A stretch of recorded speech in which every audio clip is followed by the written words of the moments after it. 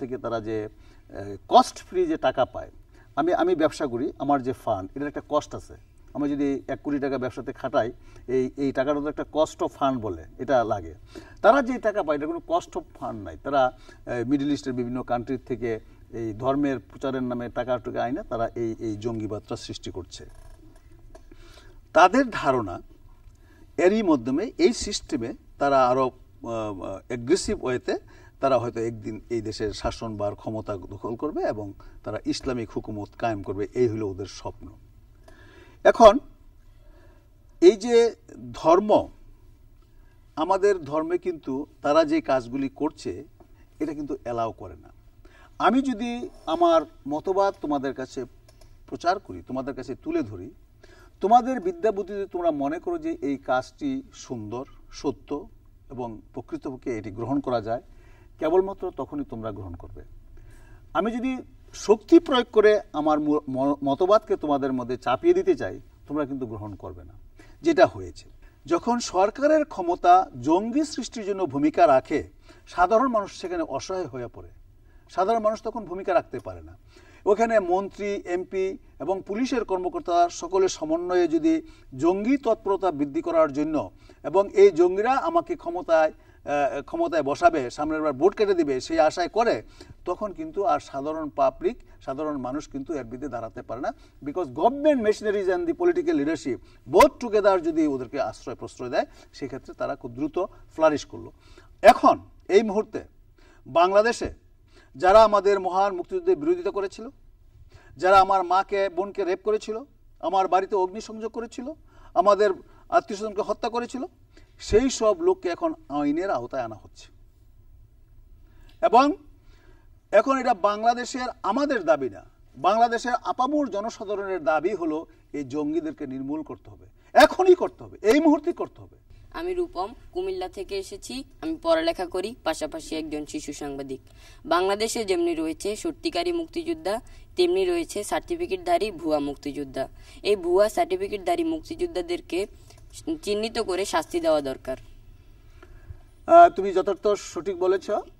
আমরা যারা মুক্তিযুদ্ধের মাধ্যমে দেশকে মহান মুক্তিযুদ্ধের মধ্যে স্বাধীন করেছিলাম, আমরা কিন্তু স্বাধীনতার 4.5 বছর পরে জাতির জনককে নির্মমভাবে হত্যা করা হলো।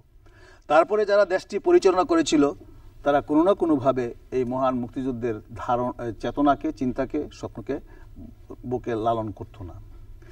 তারা নিজেদের স্বার্থে বিভিন্ন সময় অমুক্তিযোদ্ধাকে মুক্তিযোদ্ধার তালিকাভুক্ত করেছে এবং অনেক লোক মুক্তিযুদ্ধের সার্টিফিকেট নিয়ে চাকরিও করছে, সরকারি চাকরির সুবিধাও নিচ্ছে মুক্তিযোদ্ধা সন্তানের কোঠায়। এইগুলি আমরা পরীক্ষা নিরীক্ষা করে দেখছি। আমরা যখনই খবর পাই, তথ্য পাই যে এমন একটি অমুক্তিযোদ্ধা কোনো না কোনোভাবে সে যে চাকরি নিয়েছে বা এর সুযোগ সুবিধা ভোগ করছে, সেটা আমরা বাতিল করি এবং তার আইনের কাঠগড়ায় দাঁড়া করাবার ব্যবস্থা করছি। আমরা ইতিমধ্যে প্রায় 52,000 লোকের ব্যাপারে আমরা অভিযোগ পেয়েছি যে তারা প্রকৃতপক্ষে মুক্তিযোদ্ধা নয়। তবে একথাও সত্য যে একজনে অভিযোগ করলো, তাকে আমি বাদ দিচ্ছি না। অভিযোগটা পাওয়ার পরে আমরা পরীক্ষা নিরীক্ষা করে দেখা উচিত যে আসলে এই অভিযোগটি সত্য কিনা। এটা পরীক্ষা নিরীক্ষা করে আমরা এই 52,000 যে অভিযোগ পেয়েছি, সেটা পরীক্ষা নিরীক্ষা করে তাদের ব্যাপারে আমরা সিদ্ধান্ত নেব। ইতিমধ্যে আমাদের কাজ শুরু হয়েছে। আমি রুবিনা আক্তার, কুমিল্লা জেলা থেকে এসেছি। পড়ালেখার পাশাপাশি একজন শিশু সাংবাদিক।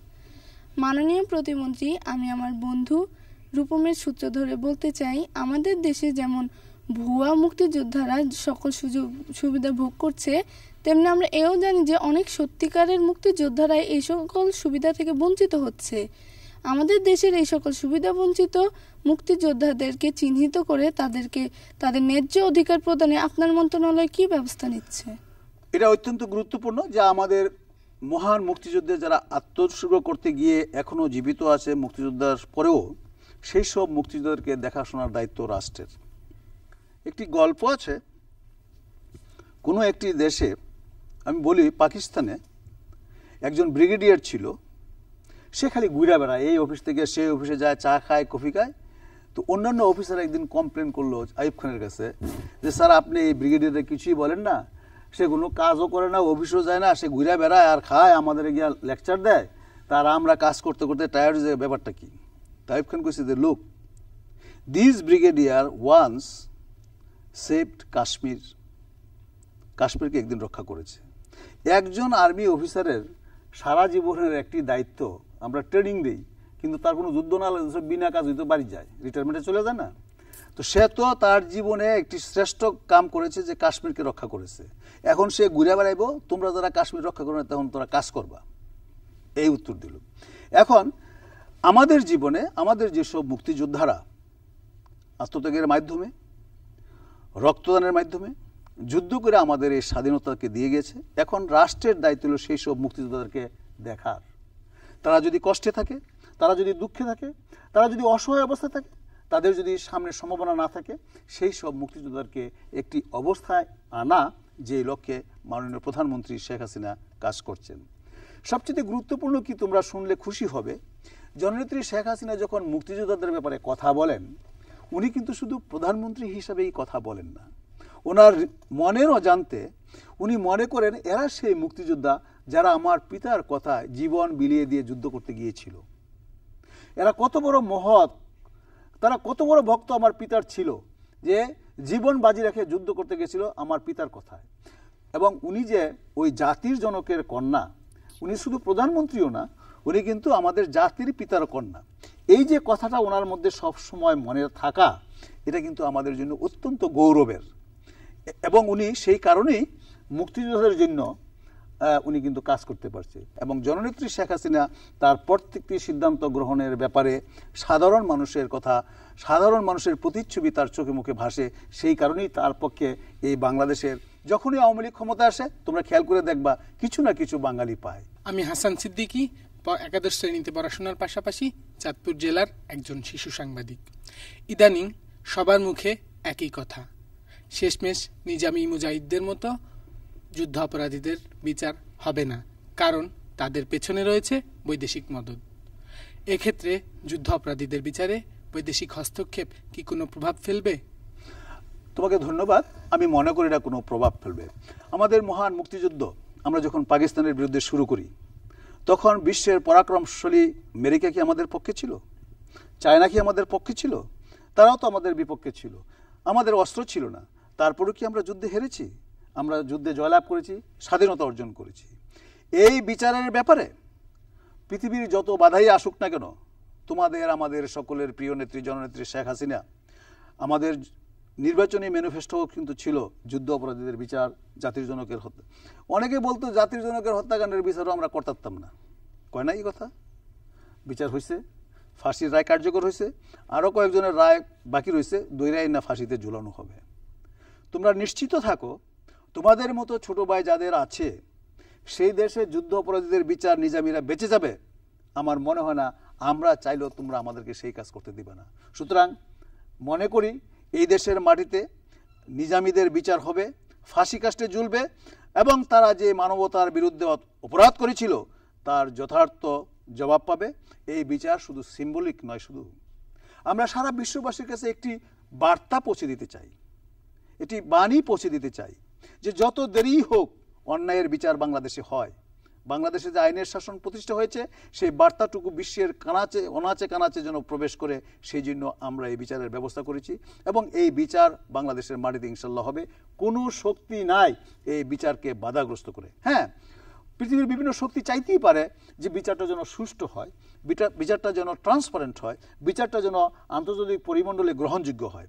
আমরা বিচারের নামে যদি প্রহসন করি, আমরা যদি নিরপরাধ লোকের ফাঁসি দিই, তাহলে তোমরা বিদেশি কেন, আমাদের দেশে এটা সমালোচনা হবে না? আমরা চেষ্টা করছি একটি অপরাধী যেন আইনের ফাঁক ফোকর দিয়ে বাঁচা না যায়, আবার একটি নিরপরাধ লোক যেন সাজা না পায়। কাজটি অত্যন্ত কঠিন, কিন্তু অসম্ভব বলে কিছু নাই। এই কাজটি আমাদের পক্ষে করা সম্ভবপর। আমরা যদি এই বিনা অস্ত্রে যুদ্ধ করে, পাকিস্তান সেনাবাহিনীর লোকে যুদ্ধ করে এই দেশকে স্বাধীন করতে পারি, আর এখন তো আল্লাহ দিলে আমরা অনেক পরিপূর্ণতা পেয়েছি। আমাদের দেশ, আমাদের রাষ্ট্র, আমাদের রাস্তাঘাট, আমাদের নিজস্ব সেনাবাহিনী, পুলিশ, আমাদের স্কুল, শিক্ষা ব্যবস্থা, সমস্ত কিছুই আমাদের এই যুদ্ধ অপরাধীর বিচারের ব্যবস্থা চায়। সেই ক্ষেত্রে আমরা পারবো না, তোমাদের মনে এরকম ভাবনা আমার মনে হয় আসা উচিত না। তোমরা কনফিডেন্স রাখো, তোমার জননেত্রী শেখ হাসিনার প্রতি বিশ্বাস রাখো। উনি তোমাদেরকে একটি কলঙ্কমুক্ত বাংলাদেশ তোমাদেরকে দিয়ে যাবে। আমি জিমিয়া আলম লিটা ময়মনসিংহ থেকে এসেছি। নবম শ্রেণীতে লেখাপড়ার পাশাপাশি আমি একজন শিশু সাংবাদিক হিসেবে কাজ করছি। মাননীয় মন্ত্রী, এদেশ ধর্মনিরপেক্ষ দেশ, তাহলে এদেশে কেন ধর্মকে অবলম্বন করে রাজনীতি করা হচ্ছে? একটি সুন্দর প্রশ্ন করেছো তুমি। তোমরা খেয়াল করবা, যেই সব মেয়েরা নিজের চারিত্রিক বৈশিষ্ট্য এবং গুণগত মান দ্বারা, উৎকর্ষতা দ্বারা অন্যের দৃষ্টি আকর্ষণ করতে পারে না, তারা কিন্তু ওই মেকআপ টেকআপের আশ্রয় নেয়, বুঝছো? তো যেই সব রাজনৈতিক ব্যক্তিবর্গ সাধারণ মানুষকে সেবা প্রদানের মাধ্যমে তাদেরকে কাছে টানতে পারে না, তারা তখন এই ধর্ম একটি দুর্বল পয়েন্ট মানুষের জন্য, সেটাকে আশ্রয় করে ডাল হিসেবে ব্যবহার করে রাজনীতি করতে চায়। এটাই একমাত্র কারণ। তারা যদি সত্যিকার অর্থে জনগণের রাজনীতি করে, তো জনগণ তো ফ্রি, জনগণকে তো জোর করে আমার দল করানো যাবে না। যাবে? এইবার যে নির্বাচন হয়েছে, যেই নির্বাচনে এবার যারা প্রথমবার ভোটের অধিকার পেয়েছে, তারা বিপুলভাবে বাংলাদেশ আওয়ামী লীগকে ভোট দিয়েছে, জননেত্রী শেখ হাসিনার দলকে। কেন? উনি বলেছেন আমি একটা তোমাদেরকে ডিজিটাল বাংলাদেশ দিব, এবং এই যে ডিজিটাল, তোমরা যে জীবনের প্রথম ভোটার হচ্ছ, তোমাদের জন্য আমি উৎসর্গ করলাম। মনে রাখবা, তোমাদের জীবনের প্রথম যে ভোটটা, এটা যেন বিফলে না যায়। তোমরা এমন জায়গায় ভোট দিও যাতে ওই দলটা জয়লাভ করে। তোমাদের মনে আছে কথাগুলি? তো এই যে এখানে কি জোর করে শেখ হাসিনা ভোট নিয়ে নিয়েছে? অর্থাৎ ওনার, আমরা যখন ভোটে যারা দাঁড়ায়, তারা সকলেই কিন্তু জনগণের কথা বলে, যে আপনাকে আমরা ক্ষমতায় বসলে এইটা দিব, ওইটা দিব, ওইটা দিব, কত কথা বলে না? তো জনগণেরও তো একটা বুদ্ধি আছে। জনগণের সাধারণভাবে বলা হইলেও তারা কিন্তু অসাধারণ, তাদেরও বুদ্ধি আছে। তারা দেখে যে এই লোকটি বাপ চোর, তার বাই ডাকাত, ভালো হইলে আর কদ্দুর হইব, জনগণ বিচার করে। আবার জনগণ দেখে এই লোকটির বাপ আমাদেরকে একটা দেশ দিচ্ছে, আমাদেরকে স্বাধীনতা দিচ্ছে, আমাদের একটা মুক্ত দেশ দিচ্ছে, আমাদের একটা পতাকা দিচ্ছে। এবং এই মহিলা যখন ৯৬ সালে প্রধানমন্ত্রী হয়েছিল, তখন দেশের বিভিন্ন কাজ করছে, রাস্তাঘাট হয়েছে, তারপরে অনেকগুলি ভালো কাজ করছে, স্বামী পরিত্যক্তা বিধবা মহিলার ভাতা দিছে, বয়স্ক ভাতা দিছে, মুক্তিযোদ্ধাদের ভাতা দিছে, বিভিন্ন কাজে। এই মহিলা আবার হইলে আরও ভালো কাজ করবে, জোর করে তো আনা যায় না।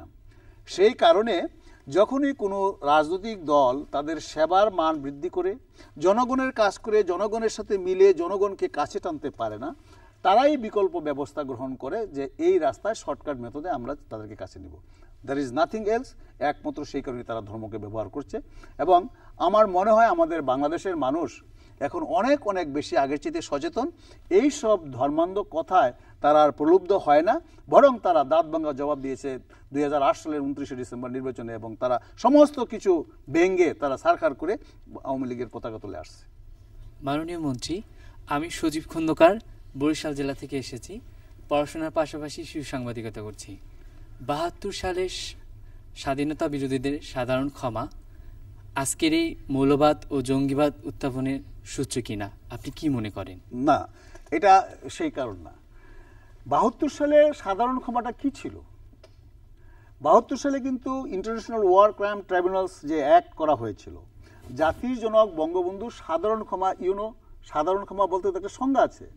যারা স্পেসিফিক অফেন্স করেছিল, আমার বাড়িতে অগ্নিসংযোগ করেছিল, আমার ভাইকে হত্যা করেছিল, আমার বোনকে রেপ করেছিল, আর্তমানবতার বিরুদ্ধে অপরাধ করেছিল, সেই কিন্তু তাদেরকে কিন্তু ক্ষমা করা হয় নাই।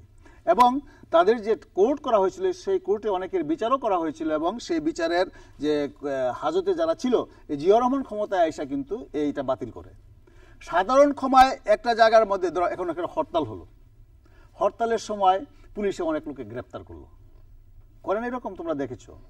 তো অনেক সময় দেখা যায় কি, একটা ছেলে মানে ইনকুইজিটিভনেস থেকেও সে দেখে যে হরতালে কি হচ্ছে, ঘরের বাইরে গিয়ে সে দেখতে চায়, বোকার মতন। দেখা যায় কি, যারা পিকেটার তারা পুলিশের ঢিলা দিয়ে হ্যাঁ ঠিকই চলে গেছে, কিন্তু ওই ছেলেটা মাঝখানে ধরা পড়লো, তো তুমি কি তাকে ক্ষমা করতে পারো না? এরকম সাধারণভাবে অকাট্য কোনো প্রমাণ বা খুব সিরিয়াস কোনো অফেন্সের মধ্যে সে জড়িত ছিল না, বাট সে ধরা পড়েছে, সেই সব লোকেরা অপেক্ষাকৃত নিম্নমানের অন্যায় বা যেগুলি আমরা ওভারসি করতে পারি সেগুলিকে ক্ষমা করেছে। But the specific offence committed by a particular man against the freedom fighter, against the creation of Bangladesh liberation war, এই ধরনের অফেন্স কি কি? হত্যা করছে, অগ্নিসংযোগ করছে, লুটপাট করছে, ধর্ষণ করেছে, মানবতার বিরুদ্ধে অপরাধ করছে, এটিকে তো ক্ষমা করা হয়নি। মাননীয় প্রতিমন্ত্রী, আমি মোহাম্মদ সোহাগ হোসেন, আমি পুরান ঢাকা লালবাগ থেকে এসেছি। আমি একজন সুবিধাবঞ্চিত শিশু, পড়াশোনা করি, পাশাপাশি শিশু প্রতিনিধি হয়ে কাজ করি। আমরা বিভিন্ন সময় বিভিন্ন ধরনের সিনেমা দেখতে পাই, কিন্তু মুক্তিযুদ্ধের ইতিহাস বিষয়ে আমরা বেশি বেশি ছবি দেখতে পাই না কেন? আমরা যারা মুক্তিযুদ্ধ করেছিল, যাদের হুকুমে মুক্তিযুদ্ধ হয়েছিল, সেই দল ক্ষমতায় ছিল 3.5 বছর। তখন একটা যুদ্ধ বিধ্বস্ত দেশ ছিল, প্রায় 700 ব্রিজ ভাঙা ছিল, দেশের ব্যাংকে কোনো টাকা ছিল না, কোনো সিস্টেম ছিল না। একটি ধ্বংসস্তূপ থেকে দেশকে গড়ার সুযোগ নিলেন জাতির জনক পাকিস্তানের কারাগার থেকে এসে। যখন কিছুটা স্বস্তির দিকে নিয়ে গেল, যখন একটা ব্যালেন্সড অবস্থায় আসার ভূমিকা রাখলো, তখন ওনাকে হত্যা করা হলো। হত্যা করার পর যারা ক্ষমতায় ছিল তারা তো বাবা তোমার লোক ছিল না, তোমার পক্ষের লোক ছিল না, স্বাধীনতার পক্ষের লোক ছিল না। তারা এই স্বাধীনতার মুক্তিযুদ্ধের এই ছবি বা এটাকে কিভাবে ফ্লারিশ করা যায় সেগুলি তারা কাজ করে, বরং তারা উল্টা কাজ করেছে। তোমরা যেন এই সম্বন্ধে কোনো প্রশ্ন জিজ্ঞাসা না করো, এই সম্বন্ধে তোমার জানার ইচ্ছা না হয়, এই সম্বন্ধে যেন কোথাও তোমরা কোনো ছবি টবি না দেখো, এই ধরনের চিন্তা চেতনা তাদের মধ্যে কাজ করছে। আমরা এখন চেষ্টা করছি, এনকারেজমেন্ট দিচ্ছি, সরকার বিভিন্ন অনুদান দিচ্ছে, সেটাও খুব সামান্য। তো আমরা চাচ্ছি আমাদের মুক্তিযুদ্ধ ভিত্তিক অনেক ছবি এবং মুক্তিযুদ্ধের যে ডকুমেন্টারি, এগুলি তোমরা যদি কিছুদিন পরে আমাদের সোহরাওয়ার্দী উদ্যানে মুক্তিযুদ্ধের যে স্বাধীনতা স্তম্ভ যেখানে হচ্ছে, সেখানে একটি আন্ডারগ্রাউন্ড অডিটোরিয়াম আছে, ওখানে আন্ডারগ্রাউন্ড একটা মিউজিয়াম আছে, আমাদের মুক্তিযুদ্ধের বিভিন্ন চিত্র সেখানে তোমরা দেখতে পাবে। এবং একটা অডিটোরিয়াম আছে, এটা সাইক্লিক অর্ডারে আমাদের মহান মুক্তিযুদ্ধের উপরে যে ডকুমেন্টারি আছে এগুলি প্লে করতে থাকবে। এটা ফুললি এয়ার কন্ডিশন, তুমি যদি যে কোনো মুহূর্তে তুমি ঢুকতে পারো, কিছুক্ষণ দেখার পর যদি তুমি অন্যখানে ঘুরতে পারো, আবার আইসা যেখানে তুমি চলে গেছিলে ওখান থেকে আবার বাকি পোর্শনটা দেখতে পারো। এটা অ্যারাউন্ড দ্য ক্লক চলতে থাকবে। আমরা আরও চেষ্টা করছি, প্লাস আমরা বিভিন্ন জায়গায় মুক্তিযুদ্ধের উপরে ভিত্তি করে যেসব ডকুমেন্টারি হয়েছে সেগুলি আমরা সরকারের যে সংস্থা আছে তাদের মাধ্যমে বিভিন্ন সময় আমরা এগুলি দেখাইবার ব্যবস্থা করি, নাটক, নাটিকা। এবং এখন তো তোমরা তো অনেক সৌভাগ্যবান, তোমাদের আগের যে প্রজন্মটা ছিল তারা তো কিছুই দেখতে পায় নাই, এখন তো তোমরা কিছুটা সুযোগ পাইছো। এখন অনেক জায়গায় যেমন বিভিন্ন প্রাইভেট চ্যানেলগুলিও তোমার আমাদের ভিক্টোরি ডেতে, তারপরে আমাদের স্বাধীনতা দিবসে 21শে ফেব্রুয়ারিতে তোমরা কিন্তু অনেক কিছু দেখার সুযোগ পাচ্ছ, আগে কিন্তু এটা ছিল না। তোমার মনে যে সংখ্যাটা, যে ভাবনাটা কাজ করছে যে আমরা মুক্তিযুদ্ধের উপরে আরও ছবি কীভাবে দেখতে পারি, এগুলির জন্য আমরা ইতিমধ্যেই কাজ হাতে নিয়েছি। ইনশাল্লাহ তোমরা নিয়ার ফিউচারে মুক্তিযুদ্ধ ভিত্তিক অনেক ছবি টবি তোমরা দেখতে পারবা এবং প্রকৃত ইতিহাস। এটা তো আমাদের দায়িত্ব, to let you know the correct picture of liberation war, এটা আমাদেরই দায়িত্ব। তোমরা চাইছো আরও ভালো, আমরা এনকারেজ ফিল করছি। আমি মোহাম্মদ কাজল, এসেছি পুরান ঢাকার লালবাগ থেকে।